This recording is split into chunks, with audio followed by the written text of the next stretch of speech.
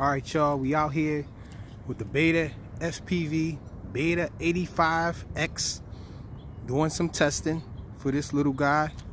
And it's pretty cold and brisky out here, but nevertheless we're going to do the testing anyway. My first flight is going to be with this 550 milliamp hour GMB 3S battery. This is a 4S capable whoop, so we have a 4S battery out here as well.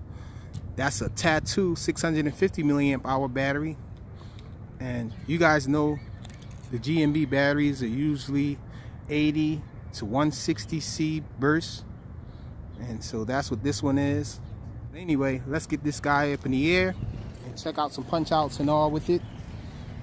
Have a look at the SPV and everything. Trying to fix this little LED light. It popped out. I was flying this thing indoors doing some whooping, having fun,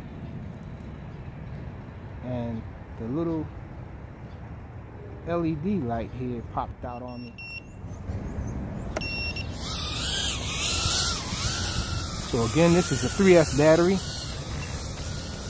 Let's try punch out. So that's the punch it got. Let me bring it back.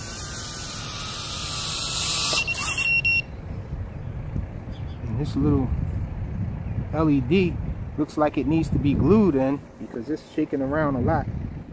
I wanted to make sure that I was locked in on the correct channel in the goggles here.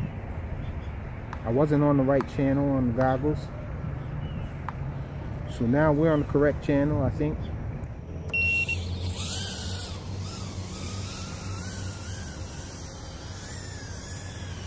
Pretty decent power on it. Let's try punch out. A nice punch out on it.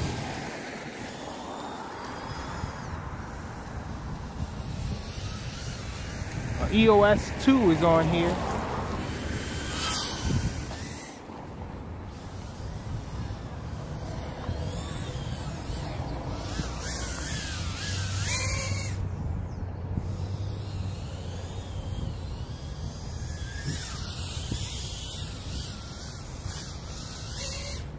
Pretty decent. So let's go for the 4S.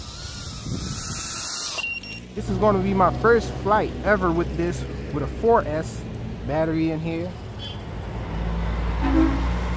So we're going to look at some line of sight punch outs with it first.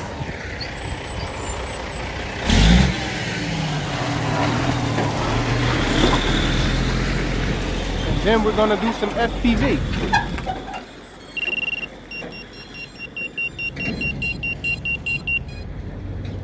Okay.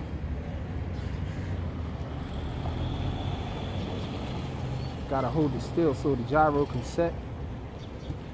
Let's set it up on here. Here we go. So this is the first 4S flight. I didn't do any tuning or anything. So let's check it out. Definitely handles 4S.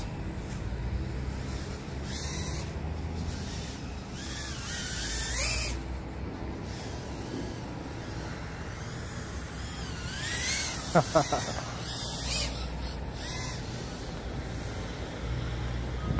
4S whoop.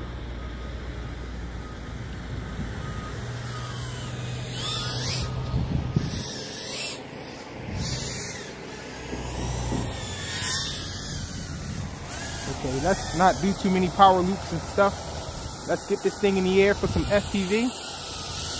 Talking about the XM Plus, if you get too close to yourself when you're flying these things on FR Sky, you lose signal. And that's the XM Plus receivers. One of the reasons why I like DSMX on my Devo. But anyhow, let's get this guy up in the air for some FPV.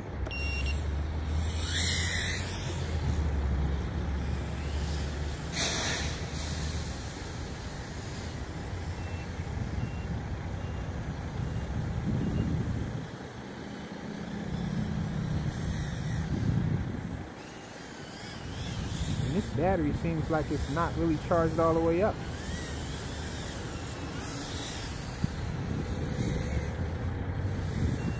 definitely needs to be tuned.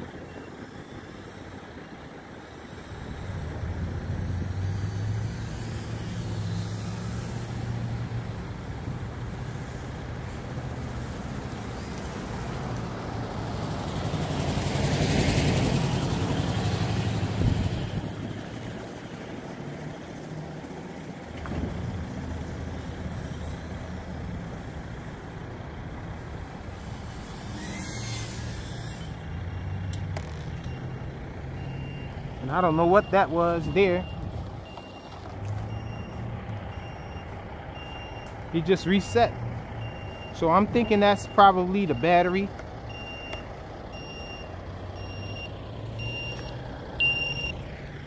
So the battery, I think, not being charged all the way up is what made it do that. So we have this final battery we're gonna test. And this is the battery they sent, actually. And it's a 3S battery. We have this BetaFPV 450 milliamp hour battery, 3S. And so they didn't send me a 4S. They advised that I get a tattoo 4S, a 450 milliamp hour. But right now I only have that 650, and it's kind of old. So I don't know, maybe it was charged up, but it just doesn't hold the charge very well, because I did put it on the charger and just took it off the charger. But let's test this 3S. And it's resetting with this too. So I don't know what that's about. Yeah, something's going on with it. I don't know what it is. Maybe it's too much vibration from this this here LED light is very loose. I think that vibrating is probably getting into the gyro and all and messing it up and making it reset. So I guess that concludes our testing for this thing for now. I'll try to get some hot glue on this little guy here on the LED to cut out that vibration and see if that's what the problem is causing this thing to reset. Thanks for watching.